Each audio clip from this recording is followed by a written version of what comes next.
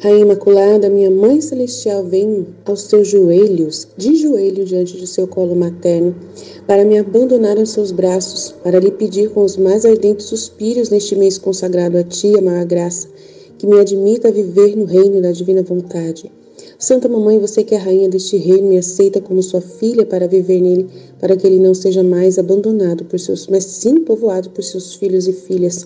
Portanto, rainha soberana, a vós eu me confio, e todos aqui, para que tu guies nossos passos no reino da divina vontade. Agarrada à vossa mão materna, tu guiarás todo o nosso ser, para que nós possamos fazer vida perene na vontade divina.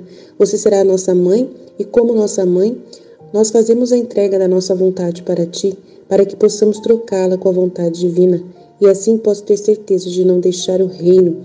Portanto, eu oro para que vós me ilumine, para me fazer compreender o que significa a vontade divina. Ave Maria, cheia de graça, o Senhor é convosco, bendita sois vós entre as mulheres, bendito é o fruto do vosso ventre, Jesus.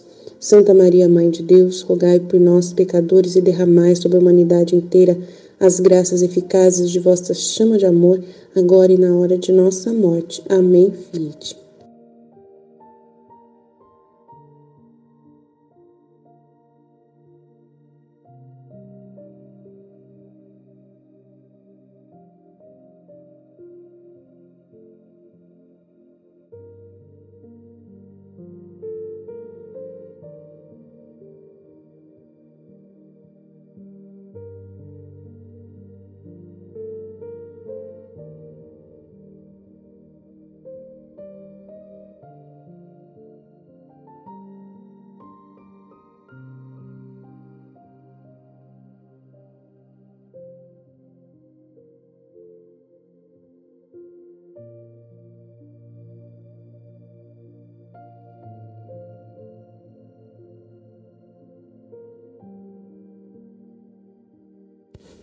Em nome do Pai que me criou, do Filho que me resgatou, do Espírito Santo que me santificou, divina vontade e reino na minha vontade.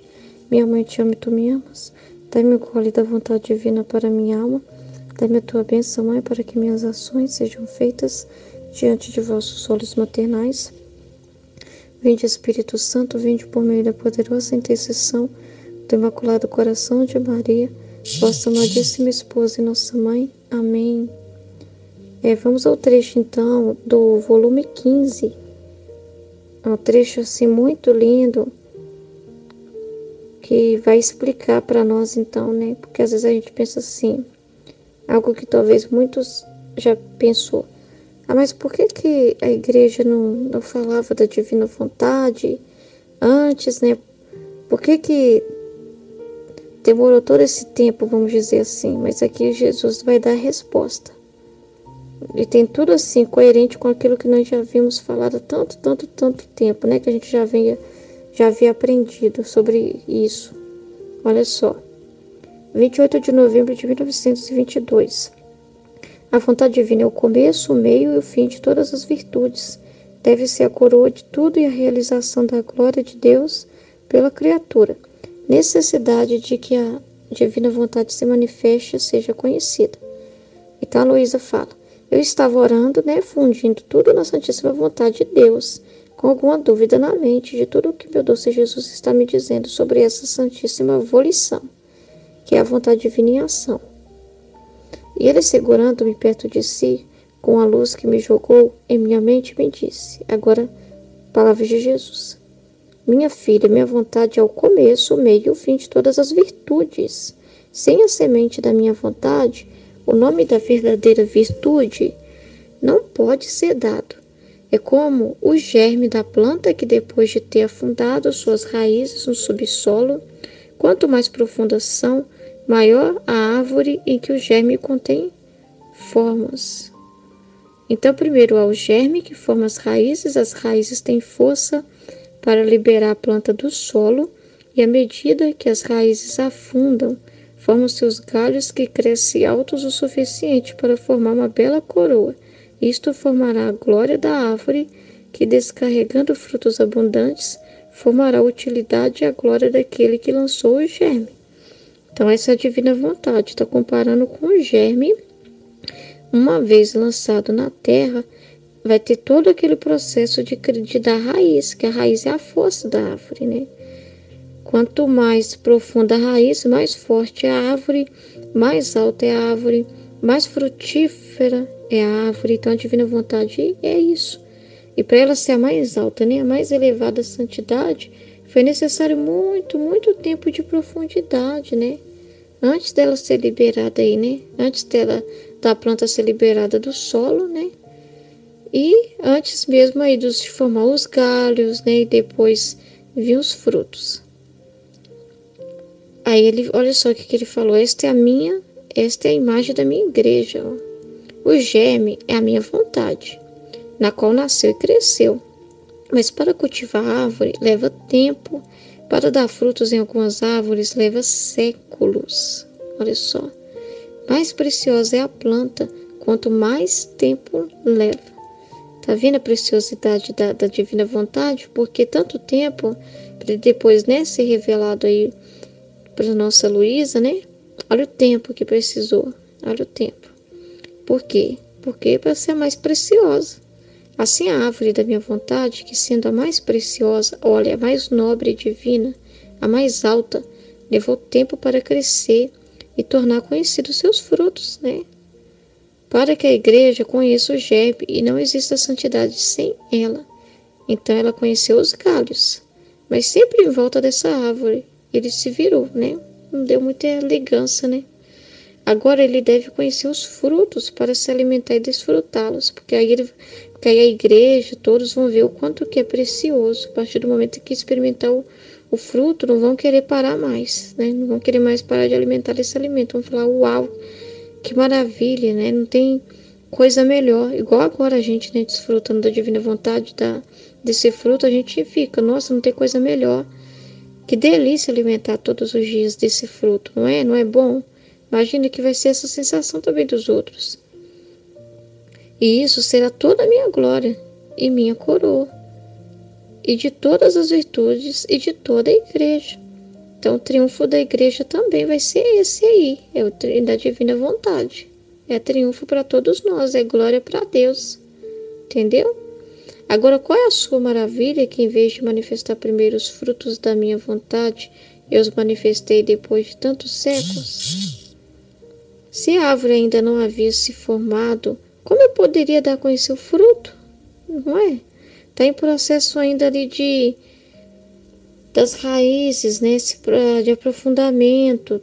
O Senhor está trabalhando primeiro ali na raiz, porque essa árvore, gente, vai ser a mais alta, mais alta.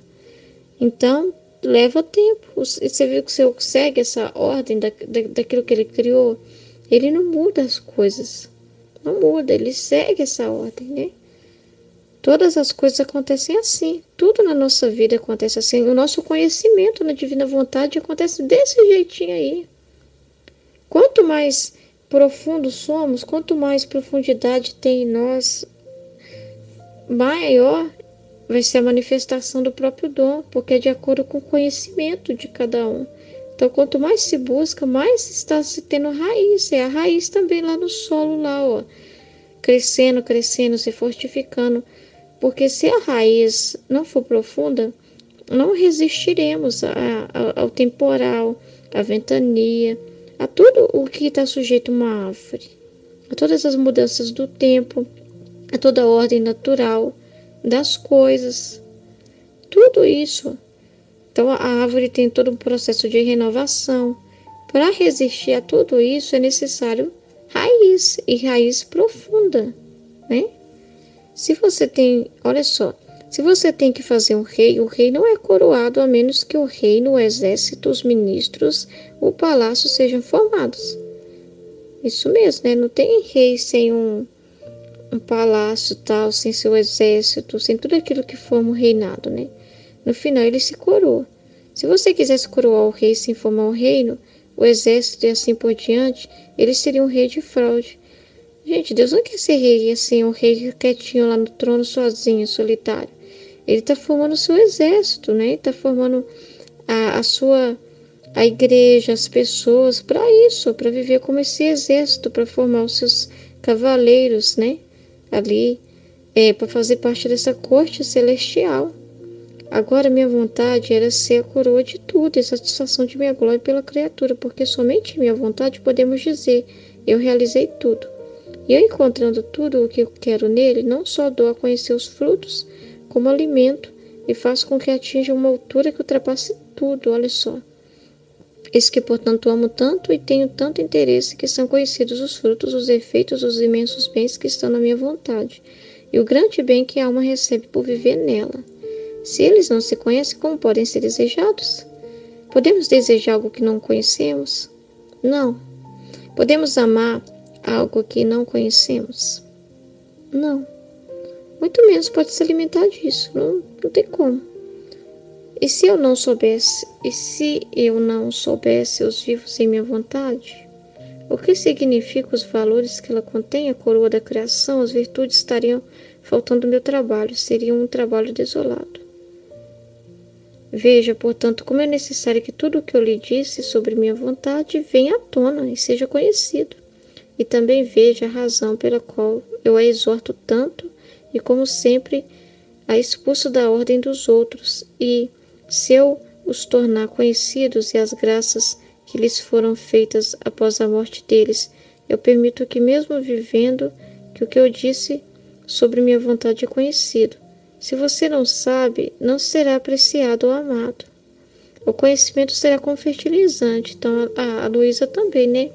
Está amadurecendo nesse conhecimento, né? Para realmente ser algo amado por ela, vivido por ela. E assim também é nós. Nós estamos num processo de conhecimento. Olha o que o Senhor vai falar do conhecimento.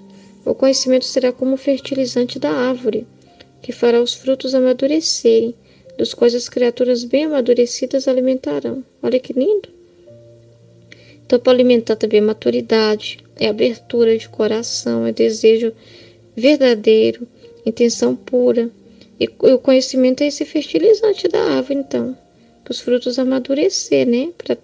Para se ter frutos saborosos, que vão ser vida, que vão ser alimento para os outros, é necessário conhecimento. Então, o Senhor fala, né? O conhecimento será como fertilizante da árvore, que fará os frutos amadurecerem, dos quais as criaturas bem amadurecidas alimentarão. Qual será o meu e o seu conteúdo? Amém? Em nome do Pai, do Filho e do Espírito Santo. Amém? Fiat.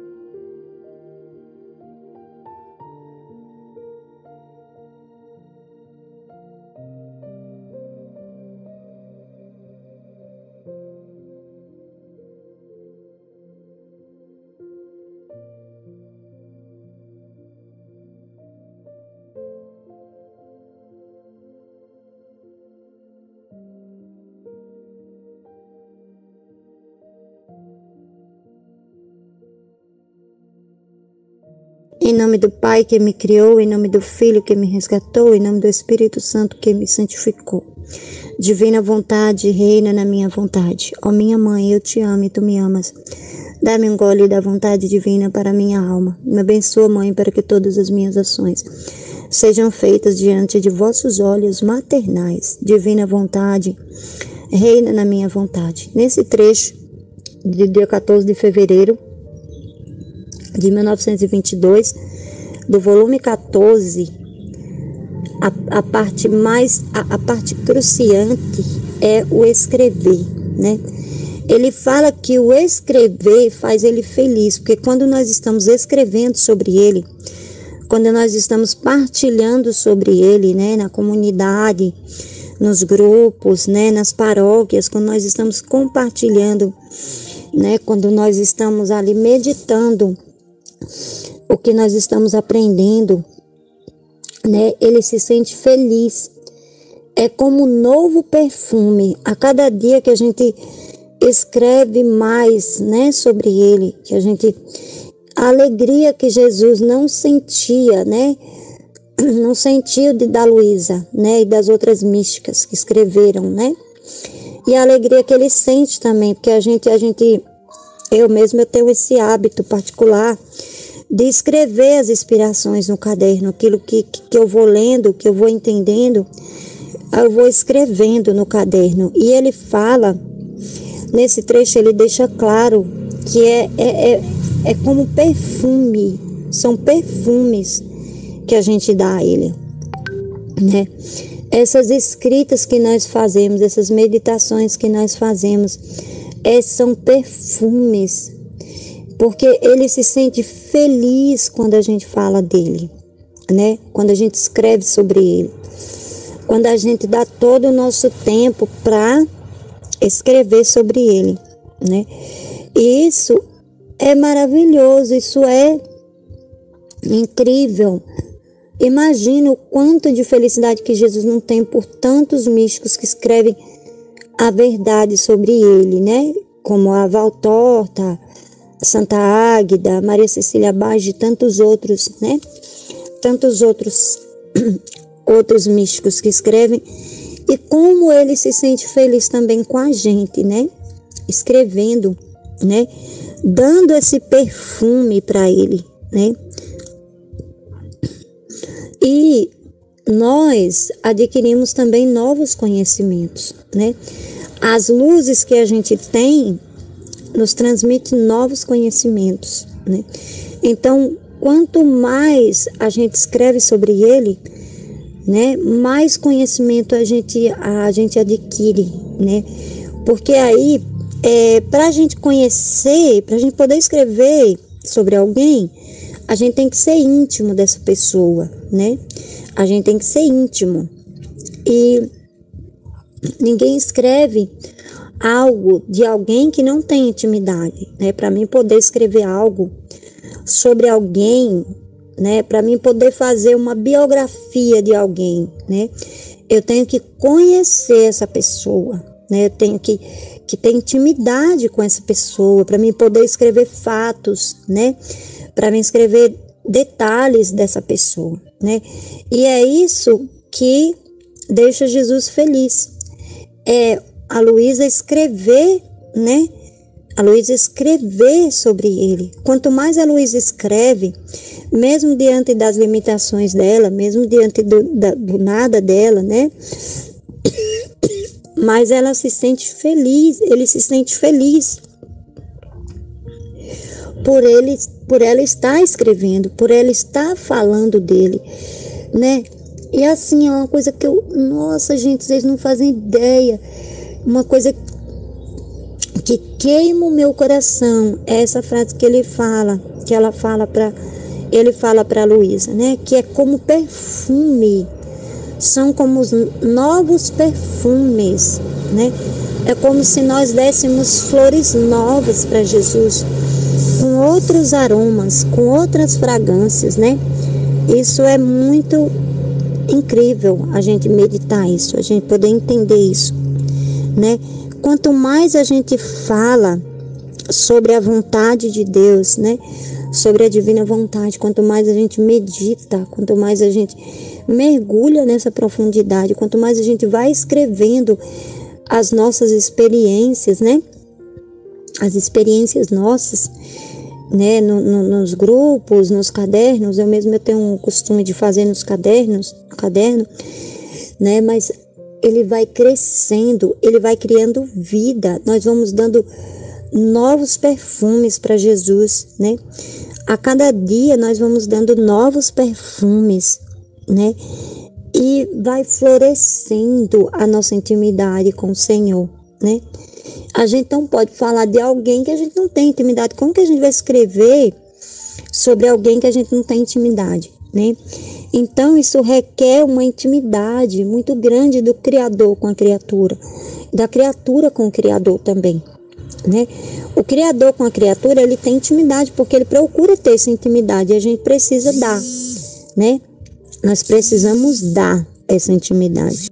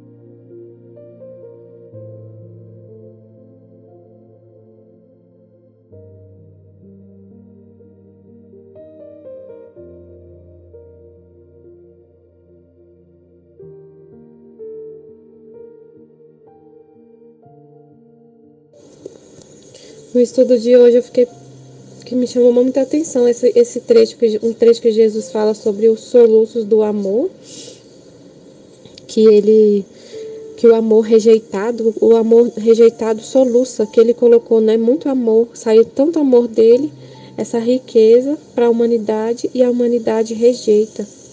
E o amor sofre quando é rejeitado. E que quando é que esse amor vai parar de soluçar, vai parar de chorar? Quando nas almas que vivem na divina vontade, que elas vão receber todo o amor que todos rejeitaram, né? Como um rei que colocou, aí ele fala do rei, né, que colocou 1 milhão à disposição dos seus súditos, e eles não pegam a riqueza. Imagina uma coisa dessas. Como a gente é cego, né? Como o ser humano é cego. Porque se fosse realmente aqui na Terra um rei distribuindo dinheiro, todo mundo pegaria. Queria, mas como a gente não consegue enxergar a riqueza desse amor de Deus, aí a gente rejeita, né? Por que a gente não consegue enxergar essa riqueza, né? Aí rejeita o amor de Deus rejeitado pela maioria das criaturas.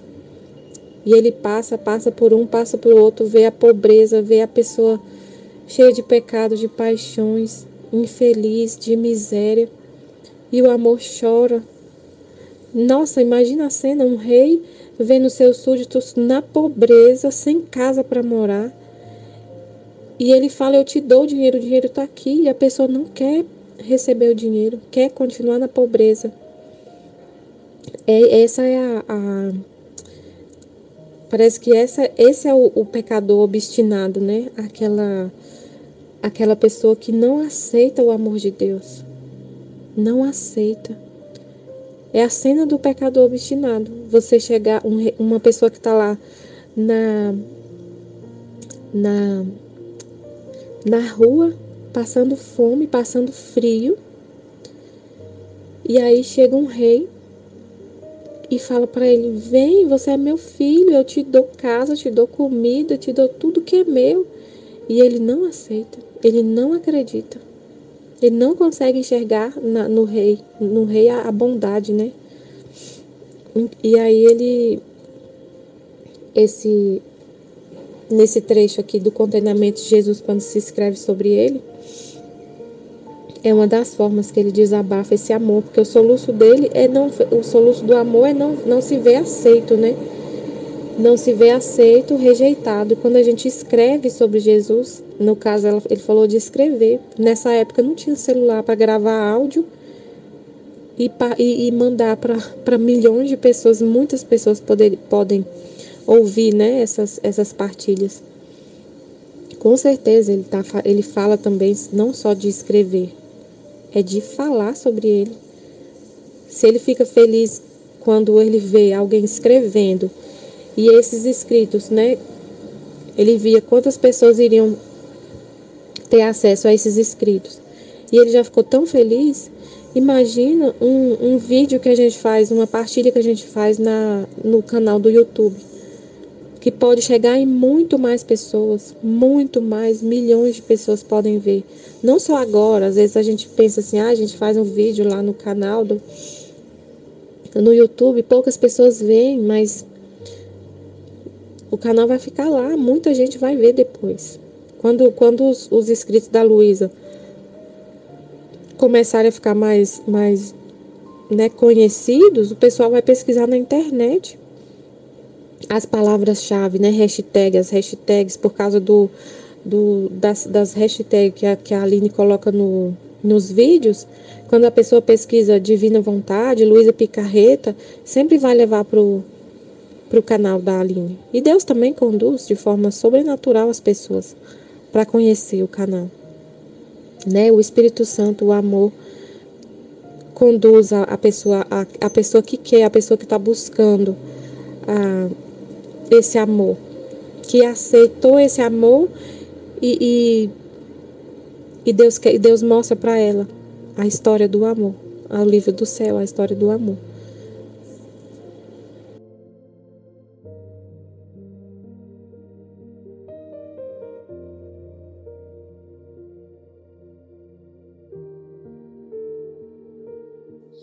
nesse trecho Jesus explica como essa questão da dor, do pecado, né? Por que a dor e o pecado? Que ele falou que para purgar a alma dos pecados tem que ter a dor, mas das imperfeições não. Ele fala num trecho de 21 de outubro de 1925. Minha filha, eu tive uma dor especial por cada pecado. E sobre minha dor estava suspenso o perdão ao pecador. Agora esta minha dor está suspensa em minha vontade, esperando o pecador quando me ofende, a fim de que, magoando-se de me ter ofendido, desça a minha dor para que se magoe juntamente com a sua. E em breve lhe dê o perdão. Então é assim que acontece o perdão. Jesus sentiu uma dor muito grande quando eu cometi um pecado. E aí essa dor ficou suspensa na vontade divina. Quando eu me magoo, quando eu me arrependo, eu vou sentir essa dor de Jesus. Essa dor que ficou suspensa. E desce o perdão também. Mas quantos me ofendem e nem se magoam? Ofendem a Deus e nem sabe que, às vezes nem sabe que Deus existe. E Jesus sentiu a dor por cada um dos pecados do passado, presente e futuro, todos. Todos. E a dor ficou suspensa, a dor dele. Esperando o pecador se arrepender para essa dor descer no coração do pecador, a dor e o perdão. E minha dor e perdão estão suspensos em minha vontade como isolados. Imagina a dor, essa dor do pecado que Jesus sentiu está isolada na vontade divina, sem que, enquanto o pecador não se arrepende, a dor fica lá suspensa. Aí ele fala, obrigado minha filha, obrigado por vir em minha vontade, a fazer companhia à minha dor e ao meu perdão. Continua girando em minha vontade, fazendo tua, minha mesma dor. Grita por cada ofensa, talhe a dor, perdão, a fim de que não seja só eu a me doer e a impetrar o perdão, senão que tenha a companhia da pequena filha de meu querer que se dói junto comigo. Amém, filha.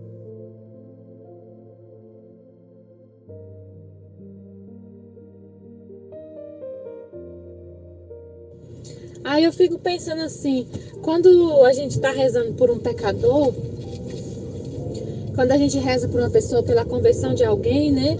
Aí Jesus já falou isso para Luísa. Ele falou assim para ela assim, minha filha, ela estava no céu, né? Ela pensou assim que já ia morrer, ela estava toda feliz. É engraçado esse trecho. Aí quando estava chegando assim perto do lugar assim do céu mesmo, que ela começou a ouvir a música, Jesus fala assim, minha filha, tem um pecador quase caindo no pecado, tá? Vamos lá para a gente converter ele? Aí a Luísa fala, tá bom, vamos. Aí eles colocaram, ele e Luísa na frente do pecador, colocando na mente dele um monte de razões assim, né, de ideias, falando com ele, né, com a alma dele, sem ele ver, para essa pessoa se converter. E essa pessoa não se converteu com as palavras de Jesus e de Luísa. E aí Jesus falou assim, minha filha, volta para o seu corpo, e só você aceita voltar para o seu corpo e sofrer por esse pecador, para que o Pai tenha misericórdia e converta esse pecador? Aí ela falou assim, tá bom. Então ela tinha que sofrer. O que esse pecador não sofreu por causa do pecado dele, essa dor esses pecados que ele cometeu, Jesus sente a dor. A dor ficou suspensa, esperando o pecador se arrepender para sofrer essa dor também, que Jesus, para essa dor descer no coração dele. Como ele não quer se converter, aí Jesus chama as pessoas para sentir essa dor. A Luísa ia sentir a dor e o Pai ia mandar uma graça mais forte, digamos assim, né? Mais eficiente para ele se converter. E aí Jesus mostrou para ela depois que essa alma tinha se convertido. Mas alguém precisou sentir essa dor que ficou suspensa. Eu entendi assim, né? Que alguém precisa sentir essa dor que está suspensa dos pecados. E tem que ser pessoas da família humana que estão aqui vivas na Terra. Porque Jesus fala que a gente é uma família só. E o que um faz por todos. Ele recebe como sendo feito, não olha para a pessoa só. Então, alguém sofrendo essa dor, ele pode usar de mais misericórdia ainda para a pessoa se converter. E assim acontece com toda a humanidade. A gente sofrendo junto com Jesus, vivendo na divina vontade e sofrendo junto com Ele, essa dor a gente vai sofrendo essa dor junto com Ele, e Ele tem mais misericórdia ainda, manda mais amor para a terra, para as almas se converter.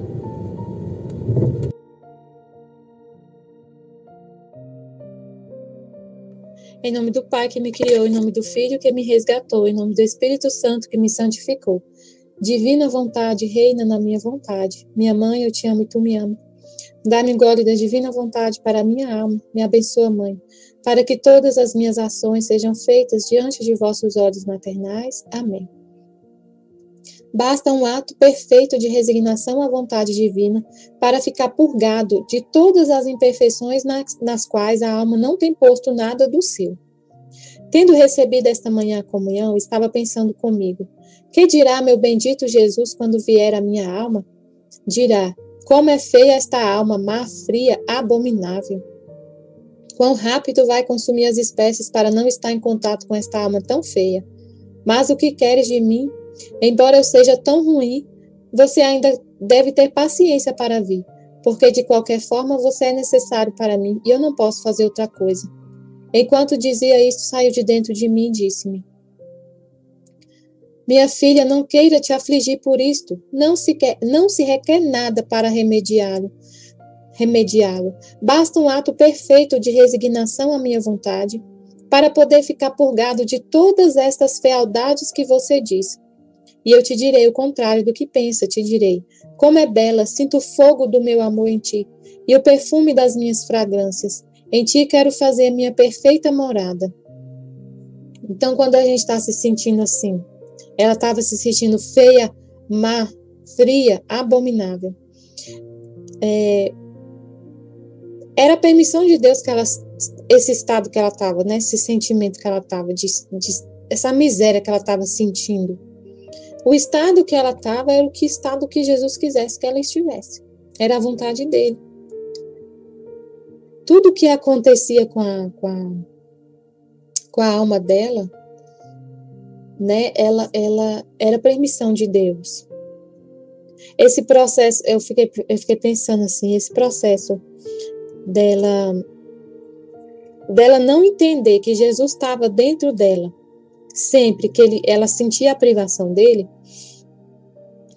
e ficava procurando ele, saía do corpo, ficava procurando ele, ficava sofrendo, porque ela estava se sentindo privada dele, e ele falou várias vezes para ela que ele estava dentro dela.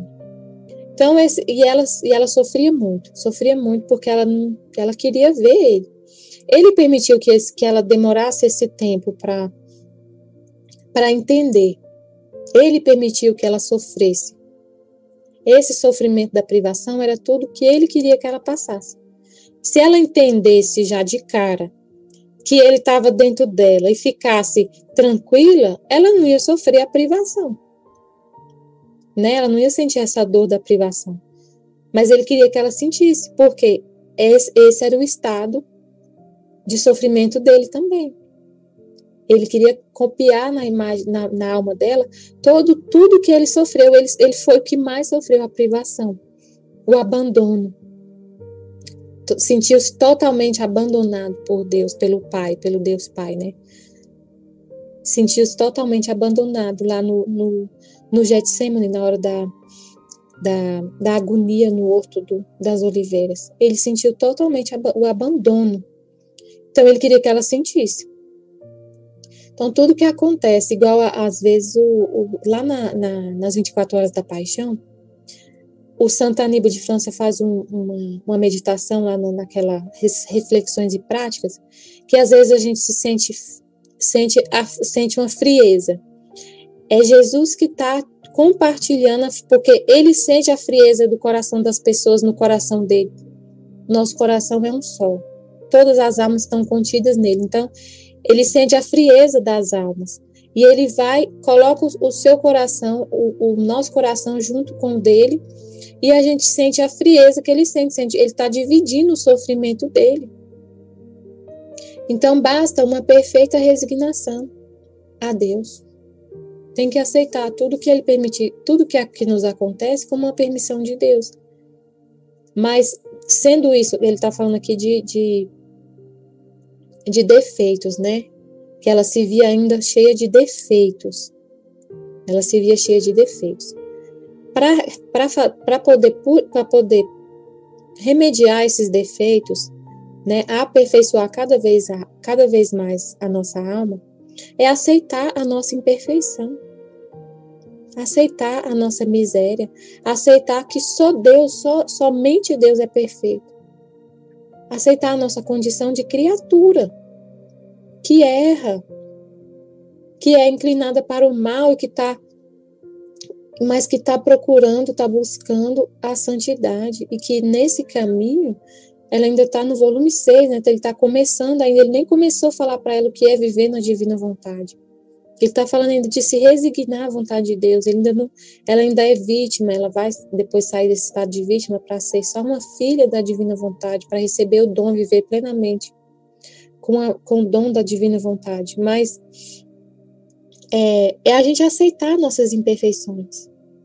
O primeiro passo para poder ser cada vez mais semelhante a Deus é aceitar que somos imperfeitos, que estamos num caminho, que erramos e que estamos aqui para aprender. Estamos aprendendo. A gente está sentado Jesus é nosso mestre e a gente senta com ele para conversar e ele ensinar para a gente. Mas eu não vou aprender de uma hora para outra. E ele sabe disso.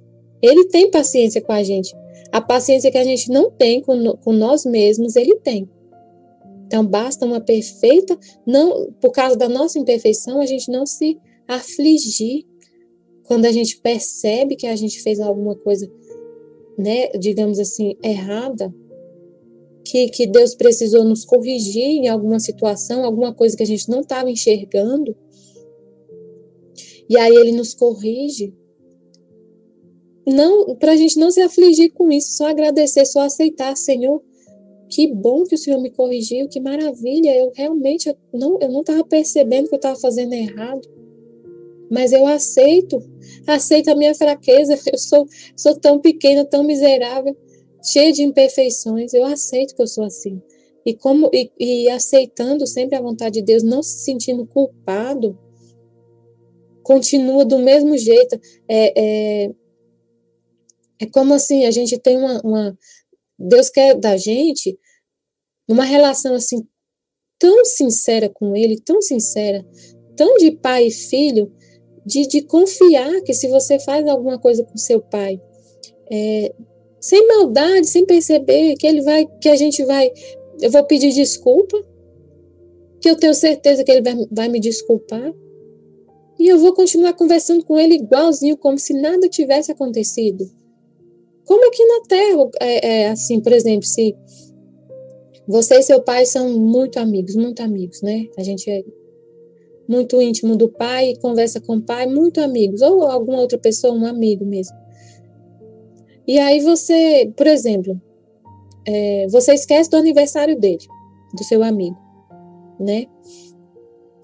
E aí, quando é bem à noite, você lembra do aniversário. Já quase meia-noite você lembra do aniversário dele. Aí liga e fala. E vocês são um sempre fala a verdade para o outro.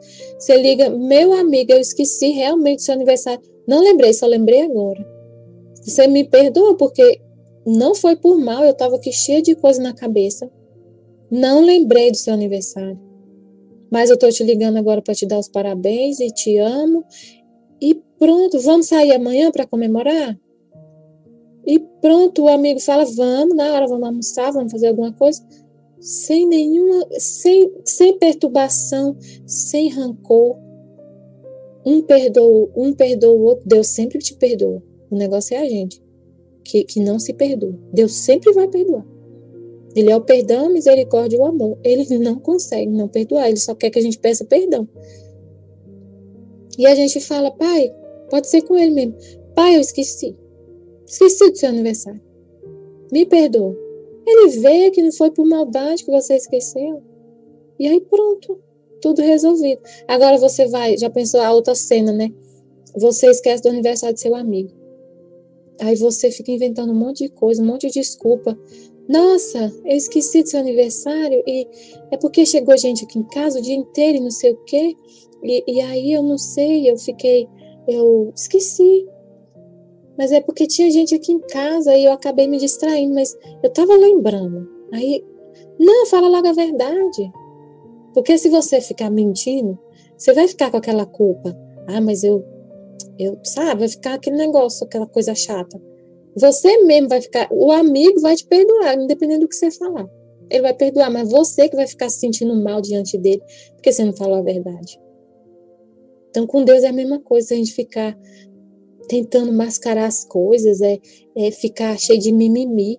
Não, fala logo, pai, com Deus, fala, pai, eu errei, eu pensava isso, eu diante dessa situação, eu pensava assim. Mas não era por maldade minha. Se eu ver, se você conhece meu coração, eu não fiz por maldade, Deus vai falar, sim, minha filha, eu sei que você não fez por maldade, é uma imperfeição da sua natureza, você é criatura. E bola pra frente, pronto, e beijo e abraço. Normal, sem nenhum rancor, sem ficar com vergonha, não, tranquilo, tranquilo. Então basta se resignar. Resignar que a gente é um nada, que a gente é criatura, que está aprendendo, que sempre está exposta a essas situações de erros, de errar mesmo, né? Se for, não é pecado, é uma imperfeição. E aí desapareceu. Aí o confessor falou assim, não, isso aí não não está certo. Senhor, a Lígia falou, Senhor, o padre disse-me que não está bem o que o Senhor disse. Então, mostra melhor a verdade. Porque o confessor disse que o que purga a alma é a dor e não a resignação, que a resignação não purga a alma. Aí Jesus falou, minha filha, quando se trata de pecado voluntário, então se requer a dor. Quando você, com plena consciência, você ofendeu a Deus, você não fez a vontade dele, pecou. Pecado é com plena consciência de que você estava fazendo algo que não agradava a Deus. Voluntariamente, você fez voluntário. Então, se requer a dor para a alma ficar purgada, né? A dor que cancela o pecado. Jesus falou isso para Valtorta. O meio que eu escolhi para cancelar o pecado foi a dor. Então, para cancelar nosso pecado, tem que sentir a dor, o pecado voluntário. Mas quando se trata de imperfeições, de fraquezas, de frialdades, outras coisas que a alma não tem posto nada do seu, que foi involuntário, então basta uma perfeita resignação à vontade de Deus. E se tem necessidade deste estado para ficar purgado. A alma, a fazer este ato de resignação, se encontra com a vontade divina que purga a vontade humana e a embeleza com suas qualidades e depois se funde comigo. Então, sempre a gente, em todos os momentos da nossa vida, a gente está se resignando à vontade, abrindo mão da nossa vontade humana e resignados com a vontade divina, a vontade divina vai estar embelezando a nossa alma, né? Então, por isso que a gente tem que, vivendo na vontade divina, sempre renunciando à nossa vontade, não tem que se preocupar com ficar nos avaliando. Ah, será que eu cheguei à perfeição? Será que ficar se olhando? Não, aceita a vontade de Deus, olha para Ele só. Renunciando à sua vontade humana, a vontade divina vai tomar posse desse local que você renunciou. Vai tomar posse da sua alma e é ela que vai reinar. E ela tem todas as qualidades. Então eu não preciso me preocupar. Eu me abandono totalmente na vontade de Deus. Amém, Fiat Jesus, eu confio em vós. Amém.